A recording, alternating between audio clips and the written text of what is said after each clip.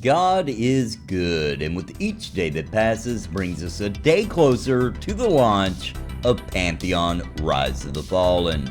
In the meantime, if you are, like most people are on this channel, a big fan of EverQuest, especially back in the day, back in 1999 or the early 2000s, when you first discovered the world of Norath, then I have great news. Probably news you already know, but I'm going to cover all the details that I can dig up from the World Wide Webs, and we're going to talk about it. And that is that Project 1999, which I would like to mention, has a formal agreement with Daybreak to be a non-profit kind of throwback to the original EverQuest, so it's not like a illegal or frowned upon server to play on. It is free to play, and what they've been striving for since I think it launched in around 2015 if I'm not mistaken, is to be as pure of a EverQuest original vanilla 1999 server, and that's really cool. I've played on it several times. It's a great server. I know a lot of people in my community play it,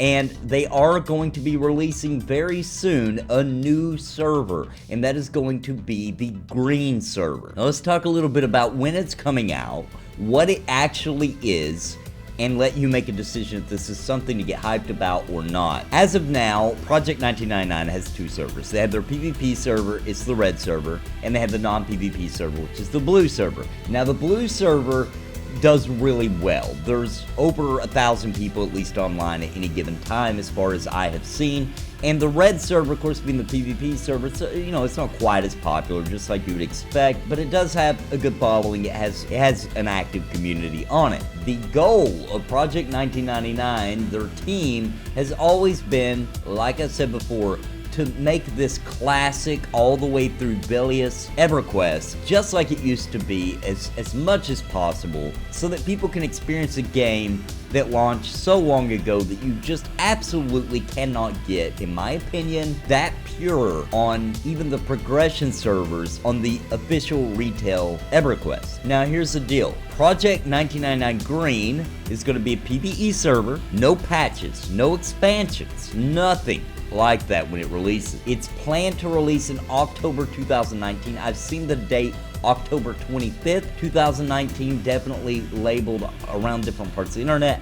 I don't know how accurate that is, but I've heard the evening of October 25th, 2019. Old school mechanics and drops are going to be enabled, okay? That includes legacy items such as Guys the Deceiver and Mana Stone, and it's going to progress through all the patches on the same timeline as EverQuest's original launch, all the way up to the last patch in Velious. So we're going to talk about that timeline real quick. So what that would mean, roughly, of course things could change a little bit and vary, but what the release schedule would probably look like is January 2020 would be Plane of Fear, April 2020 would be Plane of Hate, May 2020 would be the Temple of Solsec Row, which means that legacy items cease to drop.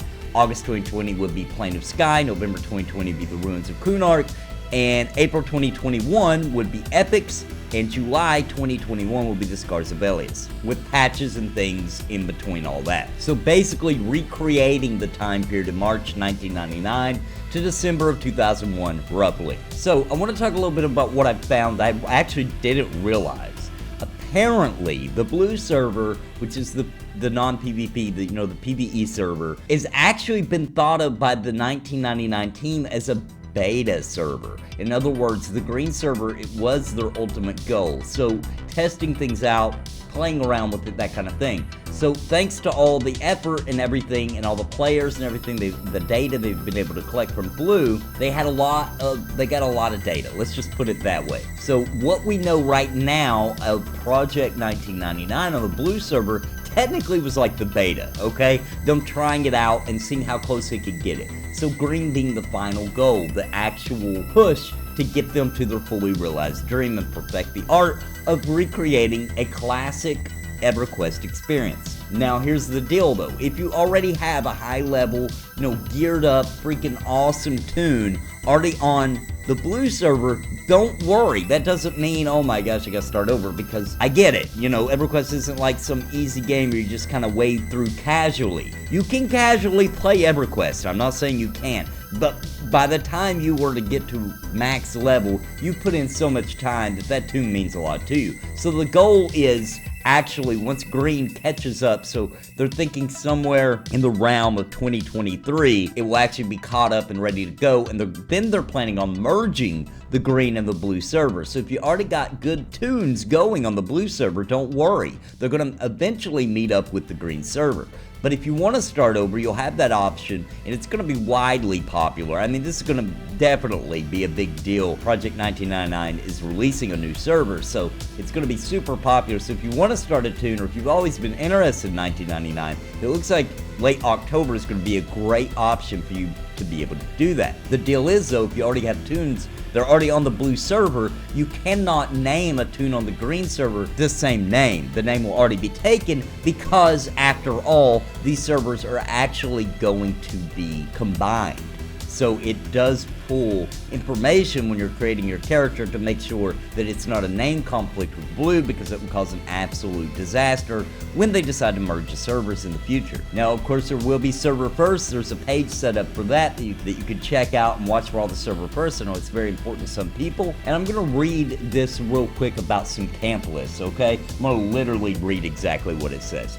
We would like players to have their fair shot at obtaining limited time items. And to that end, we are devising a system for a server-kept list of players in line to loot said item. Upon entering a camper zone area, you will be able to enter a command to add yourself to the list for this item. While your name is on that list, you must remain in the zone or camp vicinity until your name reaches the top. You'll have a limited time to re-enter the zone or area in case of disconnection though. Once your name is up and the item drops, you will automatically be granted exclusive permission to loot that item from the corpse. We hope this system will prevent the practice of passing camps and or items to friends, corpsing additional items, and so on.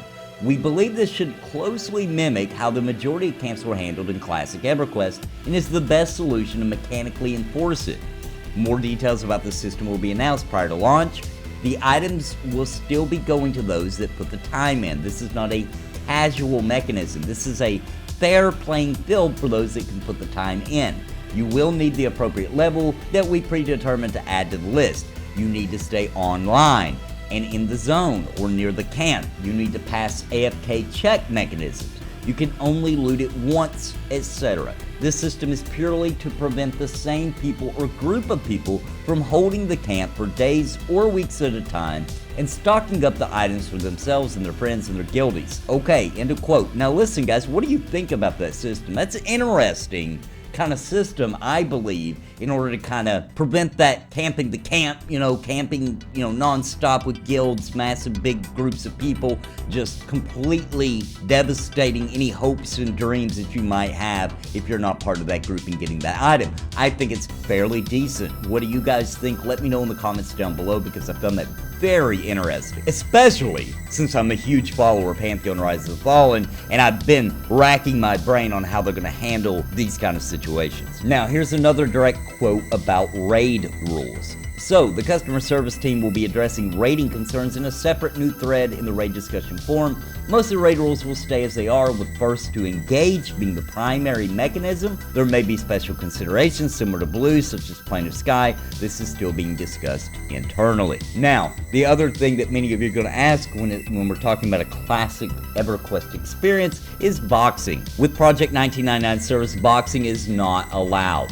However, as is currently the case with blue and red servers, you may play one character per server at the same time. And that's pretty much what we know so far, guys. What do you think? Are you hyped for the green server in Project 1999? Are you not? Are you just going to stick it out in blue, or are you just going to skip it altogether? Let me know in the comments down below, but I felt getting this close to the launch of the green server that I'd better make a video about it, just in case there's some of you out there that did not realize this was about to happen. And that's all I got for today, guys. I hope you enjoyed the video. Thanks for joining me today, and until next time, God bless and happy gaming. Listen to what I say. I've been making videos all day. My friends all say I'm it's a video buffet. You can even hit replay. But please just subscribe.